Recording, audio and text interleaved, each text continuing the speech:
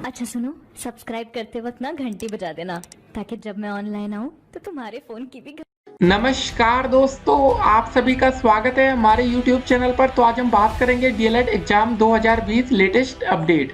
जी हाँ दोस्तों, इस वीडियो में डिस्कस करेंगे 15 अक्टूबर 2020 आज सुबह से लेकर रात तक की अपडेट, और कुछ अपडेट दोस्तों आपको 16 अक्टूबर की भी इस वीडियो में मिलने वाली है।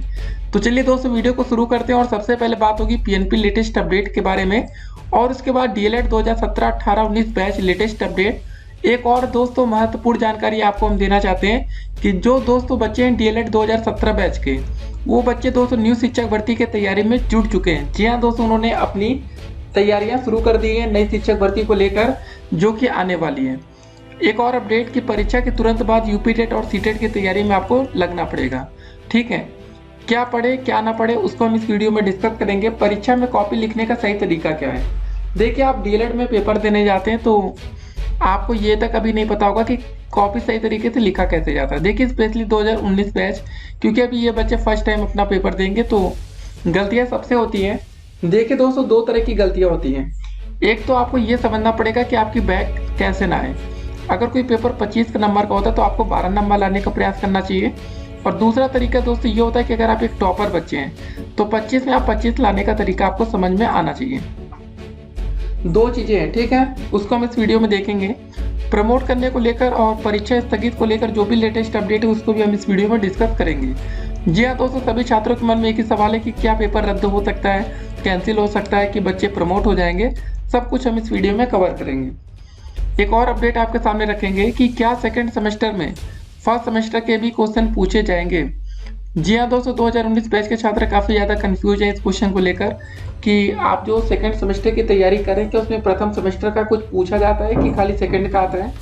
देखिए, मेन आपका सवाल ये था कि क्या परीक्षा में सारे प्रश्न या क्वेश्चन जो आते हैं वो सिलेबस से ही आते हैं ना, कोई क्वेश्चन आउट ऑफ सिलेबस तो नहीं आता। उसको भी इस वीडियो में कवर करेंगे। देखिए, एक और चीज़, पहले किन प्रश्नों के उत्तर लिखना चाहिए। जी हाँ दोस्तों, जब आपका पेपर आता है, जैसे मान लेते आपके पास लास्ट के 10 मिनट ही बच रहे हैं और आपको दोस्तों मतलब आपका पेपर आधा ही हुआ है या आप कुछ ही क्वेश्चन कर पाए, तो दोस्तों लास्ट के 10 मिनट में आप ऐसा कौन सा करिश्मा करेंगे जिससे आप परीक्षा को पास कर पाएँ, उसको भी हम इस वीडियो में कवर करेंगे। उसके बाद एक और अपडेट होगी कि बैक ना लगे उसके लिए आपको क्या करना है। जी हाँ दोस्तों, वैसे बैक तो नहीं लिख के आता है, जब रिजल्ट आपका आता है वहाँ लिख कर आएगा फेल। जी हाँ दोस्तों, जब आप अपना रिजल्ट देखेंगे तो बैक की जगह फेल लिखा होगा, जिससे कि आपको अच्छा नहीं लगेगा कि घर वाले जब आपका रिजल्ट देखेंगे कहेंगे यार तुम तो फेल हो गए, तो फिर अच्छी वाली इंसल्ट होती है। उसके बाद एक और अपडेट आपके सामने, 31,277 नव नियुक्त सहायक अध्यापकों को नियुक्ति पत्र वितरण के संबंध में आदेश व कार्यक्रम जारी हो चुका है। जी हाँ दोस्तों, कल 16 अक्टूबर 2020 को सभी छात्रों को मतलब नियुक्ति पत्र बटेगा। मतलब कितने छात्र होंगे, उनकी संख्या 31,277 बच्चे एक साथ। तो मतलब एक बड़ी मात्रा में छात्रों को नौकरी मिलने वाली है, तो एक खुशी का दिन है और आप लोग को पार्टी लेना है, हमसे नहीं, आप अपने सीनियर छात्रों से लीजिएगा और लेना जरूर है। ठीक है, अच्छी बात दोस्तों यहाँ पर ये होगी कि डीएलएड के बच्चे तो पार्टी लेंगे ही लेंगे, आपके साथ बीएड वाले बच्चे भी पार्टी लेने वाले हैं। सब कुछ हम इस वीडियो में कवर करेंगे। अगर अभी तक आपने इस वीडियो को शेयर नहीं किया तो अपने दोस्तों के साथ व्हाट्सएप ग्रुप हो, फेसबुक ग्रुप, जो भी आपके पास ग्रुप बने उस पर इस वीडियो को शेयर कर दीजिएगा। चलिए दोस्तों, एक क्वेश्चन के आंसर हम आपको इस वीडियो में देते हैं। पहला दोस्तों प्रश्न ये था कि परीक्षा और प्रमोट को लेकर जो भी दोस्तों लेटेस्ट अपडेट है वो क्या है, आपको बताएंगे। देखिएगा, जो प्रमोट का मुद्दा है वो कौन से बच्चे इसको हाईलाइटेड ज़्यादा कर रहे हैं। जो बच्चे 2018 बैच के छात्र हैं जिनकी बैक लगी है पहले से, एक या दो विषय में जो बच्चे फेल हैं, वो बच्चे मांग कर रहे हैं कि उनको प्रमोट कर दिया जाए। लेकिन अभी तक प्रमोट करने को लेकर कोई भी नया आदेश नहीं आया। पुराना ही आदेश आया था प्रमोट मुद्दे पर, जिसमें यही कहा गया था कि जिन बच्चों की बैक होगी वो बच्चे प्रमोट नहीं हो सकते हैं। तो गाइस, अभी तक प्रमोट मुद्दे पर कुछ भी स्पष्टीकरण नहीं आया है। तो कुल मिलाकर हम यही कहेंगे कि जो बच्चे 2018 बैच के छात्र हैं, अगर आपकी बैक लगी है तो आप अपना थर्ड सेमेस्टर की तैयारी करते रहिए। ठीक है, अभी आपके कॉलेज में आपका एग्जामिनेशन फॉर्म भराया जा रहा है। अगर अभी तक आपने उसको नहीं भरा तो जल्दी से जल्दी उसको कॉलेज से आप संपर्क कर लीजिए, नहीं तो एग्जामिनेशन फॉर्म ये सब छूट गया ना तो सब कुछ आपका बेकार हो जाएगा। ठीक है, तो फिलहाल आपका थर्ड सेमेस्टर का पेपर होगा। देखिए क्या और आपको क्लियर करें, अगर आप लोग कॉलेज में जाकर थर्ड सेमेस्टर का एग्जामिनेशन फॉर्म भरेंगे तो आपको दोस्तों थर्ड का ही पेपर देने को मिलेगा। अगर आप फोर्थ सेमेस्टर का एग्जामिनेशन फॉर्म भरेंगे तो दोस्तों आपका जो पेपर होगा वो चौथे सेमेस्टर का होगा। ठीक है, ये इस बात को आपको समझना पड़ेगा। एग्जामिनेशन फॉर्म बहुत ही जरूरी चीज है, इसको हमने देख लिया। ये क्वेश्चन आपको समझ में आ गया होगा। लेकिन परीक्षा स्थगित होगी, कैंसिल होगा, ये क्या मुद्दा है? ये सोशल मीडिया पर चल रहा है खाली। रियलिटी में दोस्तों ऐसा कुछ नहीं होने वाला। परीक्षा रद्द को लेकर जितनी भी अफवाहें हैं उससे आपको बच के रहना है। तो कुल मिलाकर हम ये कहेंगे कि आपकी परीक्षा रद्द होने की जो चांसेस हैं, उम्मीद है, वो बिल्कुल ना के बराबर है। तो मतलब आपका पेपर रद्द नहीं होने वाला। अब उसके बाद दोस्तों अगला क्वेश्चन हमारा क्या था कि क्या सेकंड सेमेस्टर में फर्स्ट सेमेस्टर के भी क्वेश्चन पूछे जाएंगे? जी नहीं दोस्तों, जो भी आपका सेकंड सेमेस्टर का सिलेबस है उसी के अकॉर्डिंग सारे प्रश्न पेपर में आते हैं। लेकिन उसके बाद एक बहुत ही महत्वपूर्ण प्रश्न, क्या परीक्षा में सारे प्रश्न सिलेबस से ही आते हैं? जी हाँ दोस्तों, इस क्वेश्चन का उत्तर हम पहले देना चाहते थे, लेकिन चलिए ठीक है, क्वेश्चन के अकॉर्डिंग सारे क्वेश्चन के आंसर होंगे। देखिए आपको बता दें, जब दोस्तों आप डीएलएड का पेपर देंगे, लिख लीजिए, याद कर लीजिए, जब आप डीएलएड का पेपर देंगे, चाहे दोस्तों आप टीईटी की परीक्षा देंगे, चाहे आप सुपर टेट का पेपर देंगे, ठीक है, टेट में मतलब यूपी टेट का, कभी भी दोस्तों सारे प्रश्न सिलेबस के अकॉर्डिंग नहीं आते। मतलब आपको हर बार कुछ न कुछ ऐसे प्रश्न देखने को मिलेगा जो कि आउट ऑफ सिलेबस हो सकता है। तो उसको लेकर आप आश्चर्यचकित, सरप्राइज बिल्कुल नहीं होना है। इसीलिए दोस्तों हम आपको पहले बता देते हैं, नहीं तो कल अगर आउट ऑफ सिलेबस कोई क्वेश्चन आ जाए तो आप परेशान हो। देखिए आउट ऑफ सिलेबस क्वेश्चन आने से दिक्कत क्या होती है कि उन प्रश्नों की तैयारी आप करते नहीं है। आउट ऑफ सिलेबस उसको कहा जाता है कि जैसे दोस्तों आप सेकंड सेमेस्टर का पेपर दे रहे हैं, समझिए इस बात को खाली। इस समय दोस्तों आपके चारों सेमेस्टर का पेपर हो रहा है। जैसे कि पता है कि आप लोग को पहले बैक पेपर का पेपर होगा, फर्स्ट सेमेस्टर, थर्ड सेमेस्टर, फिर सेकंड और फोर्थ। होता क्या है दोस्तों, जब आप सेकंड सेमेस्टर की परीक्षा देने पहुंचेंगे, हो सकता है कि आपसे कुछ प्रश्न थर्ड सेमेस्टर के या फोर्थ सेमेस्टर के पूछे जा सकते हैं। वैसे दोस्तों जब आप थर्ड सेमेस्टर का पेपर देने जाएंगे तो कुछ क्वेश्चन फोर्थ सेमेस्टर से आ सकते हैं। तो ऐसा हर बार होता है। जब आप यूपी टेट या सीटेट का पेपर देने जाएंगे तो कुछ ना कुछ ऐसे क्वेश्चन आएंगे जो कि आपको उम्मीद से परे होगा। जी हाँ दोस्तों, बिल्कुल आउट ऑफ सिलेबस क्वेश्चन पूछे जाते हैं, तो ऐसा होता है। तो अगर ऐसा हो जाए तो आपको बिल्कुल सरप्राइज या शॉक नहीं होना है कि यार ये क्वेश्चन कहाँ से आ गया। लेकिन हाँ, वो बिल्कुल गलत बात होती है। लेकिन अब आप क्या कर सकते हैं, पीएनपी भाई इनके पास पूरा पावर है, अधिकार है, ये कुछ नहीं करने देंगे आपको। आउट ऑफ सिलेबस क्वेश्चन देंगे और आपके नंबर भी ये काट सकते हैं। तो हम आपको सच्चाई बताना चाहते हैं, तो सच्चाई यही है। उसके बाद एक और क्वेश्चन आता है कि हमें क्या पढ़ना चाहिए और क्या नहीं पढ़ना चाहिए।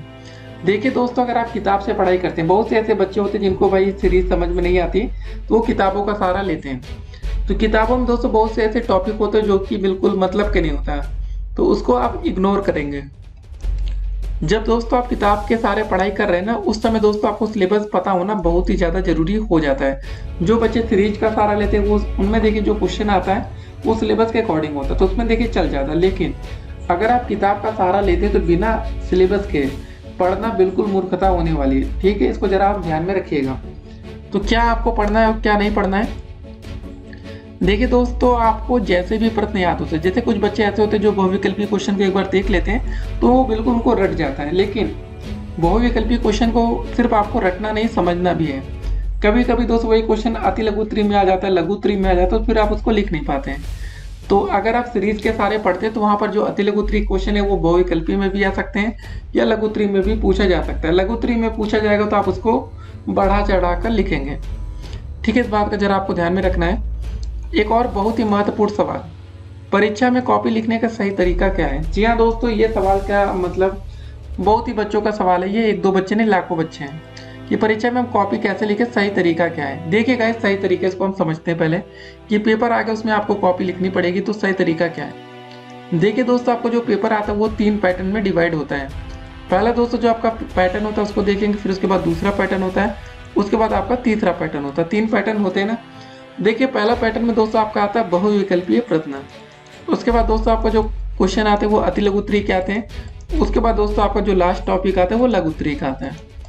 देखिए जब भी आपका पेपर 25 नंबर का पूछा जाएगा, मतलब 25 नंबर का पेपर होगा, जैसे आपका गणित हो गया, अंग्रेजी हो गया, संस्कृत हो गया, तो बहुविकल्पी के दोस्त यहाँ पर 5 प्रश्न आते हैं, अति लघुत्तरी के 6 क्वेश्चन और लघुत्तरी के 7 क्वेश्चन, या दोस्तों इसको हम कह सकते हैं 14 नंबर के।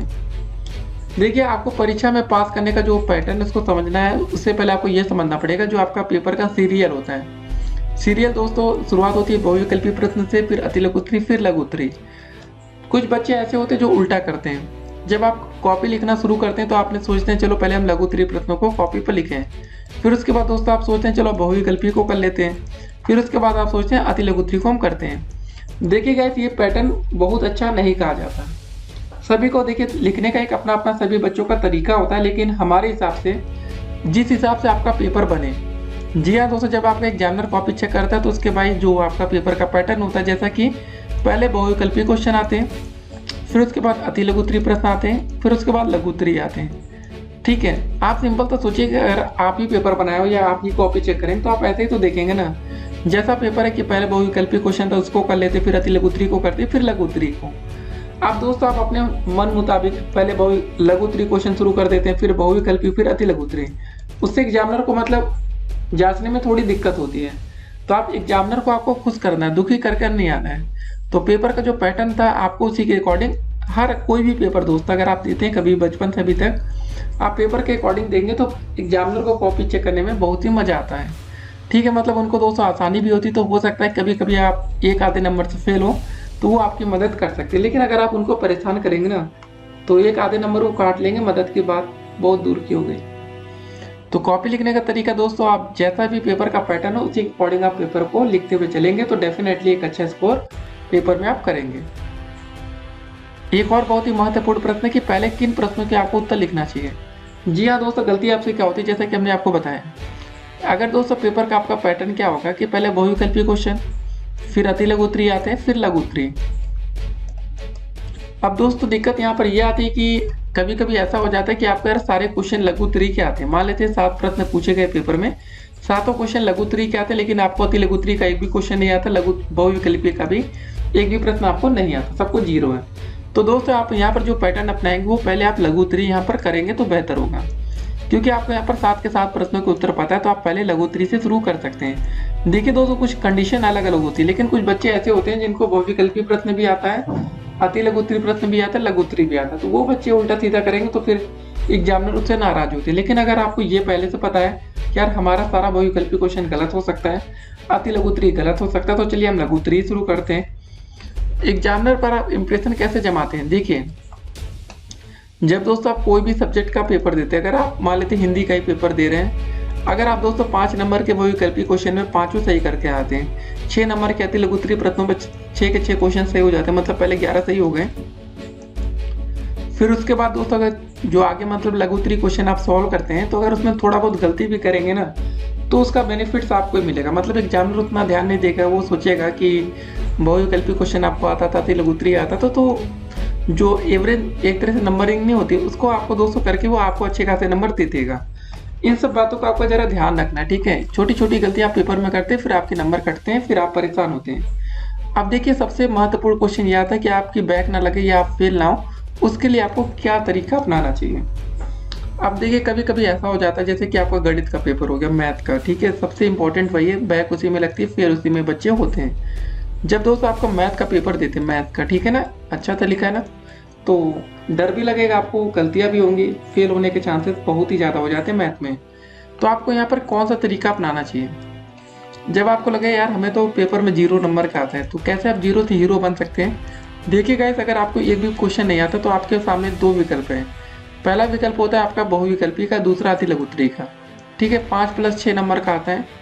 इस बार जो आपका पेपर होगा सोशल डिस्टेंसिंग अच्छी वाली फॉलो होनी चाहिए, वैसे नहीं होती तो बात अलग है, लेकिन फॉर्मेलिटी के लिए सोशल डिस्टेंसिंग के नाम पर ऐसा हो सकता है कि पहले सीट पर आप बैठेंगे, ठीक है, जैसे मान के चलिए ऐसे सीटिंग होती थी ना, पहला सीट, दूसरा सीट, तीसरा सीट, तो दोस्तों ऐसे बैठाएंगे कि पहले सीट पर आप बैठ गए, दूसरे सीट को खाली छोड़ दिया जाएगा, तीसरे पर आपका एक ही क्लासमेट होगा। मतलब ये डिस्टेंसिंग दोस्तों, जो दूसरी सीट खाली हो गई ना, इसमें दोस्तों एक बड़ा गैप हो जाएगा। उसके बाद चौथी सीट में भी दोस्तों क्या करेंगे, इसको खाली कर देंगे, 5वीं सीट पर बच्चे को बैठाएंगे, तो मतलब एक बड़ा गैप बन रहा है बीच में, तो नकल के चांसेस काफ़ी कम है। लेकिन अगर बहुविकल्पी क्वेश्चन पर आपको हिंट्स मिल गया, मतलब आपको एक भी प्रश्न नहीं आते थे, 5 बहुविकल्पी आपने कहीं ना कहीं से पता कर लिए, पता हो जाता है, क्योंकि गणित का जो पेपर होता है उसमें बच्चे शांत तो होते नहीं, मैक्सिमम टाइम थोड़ा बहुत हिंट्स मिलता है। देखिए नकल करना बिल्कुल गलत होता है, लेकिन जो होता है वो हम आपको बता रहे हैं। तो कभी कभी दोस्तों आप 5 नंबर बहुविकल्पी के अपने दोस्तों की सहायता से प्राप्त कर लेते हैं, लेकिन 6 नंबर लाना बड़ा मुश्किल होता है। तो उसके लिए दोस्तों आपको कूदना पड़ेगा लघुत्तरी प्रश्नों पर। अगर आप थोड़ा थोड़ा स्टेप वाइज उसको सही करते हैं, क्योंकि देखिए गणित में क्या होता है, स्टेप वाइज मार्किंग होती है, मतलब स्टेप बाय स्टेप। अगर आपने आधा प्रश्न सही किया तो आपको 2 में से 1 नंबर तो मिलना ही है। इसका अभी जरा आप ध्यान रखेंगे, ठीक है। तो अगर आप ऐसे कोशिश करेंगे तो आपकी बैक गणित में भी नहीं लगेगी। लेकिन एग्जामिनर बहुत सख्त हुआ ना बंदा, तो फिर गणित में आपको कोई बचा भी नहीं पाएगा। गणित या मैथ काफ़ी कठिन है। अब दोस्तों आपको बता दें शिक्षक भर्ती की राह आसान नहीं। देखिए शिक्षक भर्ती की राह आसान क्यों नहीं है। 69,000 भर्ती में दोस्तों आपको बता दें लगभग 3,30,000 से अधिक ऐसे बच्चे होंगे जो कि फिर से 200 नए शिक्षक भर्ती में सम्मिलित होंगे। उसके बाद डीएलएड 2017 बैच के बच्चे 1 साल से इंतजार कर रहे हैं नई भर्ती का, वो बच्चे तैयारी करने में जुटे हैं। अब 2018 बैच के 200 जो छात्र होंगे उनके सामने काफ़ी बड़े बड़े चैलेंज आने वाले हैं, मतलब तो आपको थोड़ी मेहनत बढ़ानी पड़ेगी, नहीं तो नौकरी पाना आसान नहीं होने वाला।